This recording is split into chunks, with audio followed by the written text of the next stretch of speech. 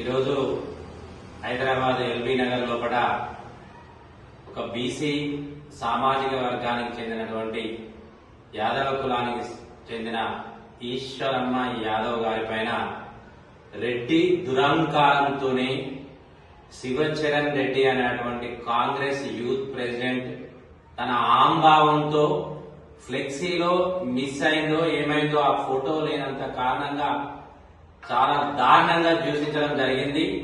ఇది వాని ఆంభావానికి ఇది నిదర్శనంగా కనబడతా ఉన్నది. బీసీలందరినీ కించపరిచే విధంగా వ్యవహరిస్తున్నటువంటి శివచరణ్ రెడ్డికి ఉన్నటువంటి ఆ పదవిని వెంటనే మరి కాంగ్రెస్ ప్రభుత్వము బర్తరఫ్ చేయాలని చెప్పేసి జాతీయ బీసీ సంఘం తరఫున మేము డిమాండ్ చేయడం జరుగుతా ఉన్నది. మదమెక్కి ఇవాళ బీసీల ఓటు బ్యాంకుతోనే ఈ ప్రభుత్వము అధికారంలోకి రావడం జరిగింది. ఓట్లేసి గద్దెకెక్కిన తర్వాత ఫలాలు అనుభవించుకుంటూ బీసీలను అణగదొక్కేటువంటి ప్రయత్నం చేస్తా ఉన్నారు. ఒక్క పదవి వచ్చినంత మాత్రాన ఇవాళ మీరు కార్పొరేషన్ లోపల మెజారిటీ కార్పొరేషన్ పదవులన్నీ రెడ్లే తీసుకోవడం జరిగింది. అదేవిధంగా మంత్రి పదవులన్నీ రెడ్లే తీసుకోవడం జరిగింది.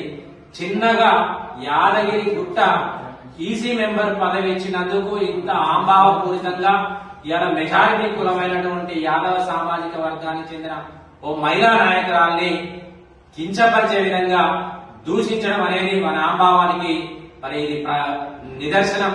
ఇలాంటి వ్యక్తుల వల్ల కాంగ్రెస్ పార్టీ ఇమేజ్ దెబ్బతింటుంది. కాబట్టి వెంటనే అధిష్టానం కలగజేసుకుని ఇలాంటి మదమెక్కినటువంటి నాయకులని వెంటనే సస్పెండ్ చేసినట్టయితే ఇంకా ముందు మరి మిగతా నాయకులైన పద్ధతిగా ఉండడానికి బాగుంటుందని చెప్పేసి బీసీ సంఘాల తరఫున మేము హెచ్చరిక చేయడం జరుగుతూ ఉన్నది.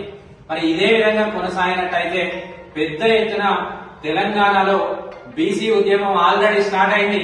మరి దీనితోనే ఈ ప్రభుత్వం కూలదోసేటువంటి పరిస్థితులు జరుగుతాయని చెప్పేసి మేము కాంగ్రెస్ ప్రభుత్వాన్ని హెచ్చరిక చేస్తున్నాము. వెంటనే యాదవులకి క్షమాపణ చెప్పి ఈశ్వరమ్మకి మరి స్పెషల్ గా ఆమెకి సారీ చెప్పితేనే ఇది ఉపసంహరించుకోవడం జరుగుతుంది. కానీ లేనట్టయితే పెద్ద ఎత్తున ఆందోళన కార్యక్రమాలు మరి బీసీ కుల సంఘాలన్నీ కలిసి పెద్ద ఎత్తున ఆందోళన కార్యక్రమాలు చేపట్టబోతామని చెప్పేసి ఈ సందర్భంగా హెచ్చరిక చేయడం జరుగుతా ఉన్నది.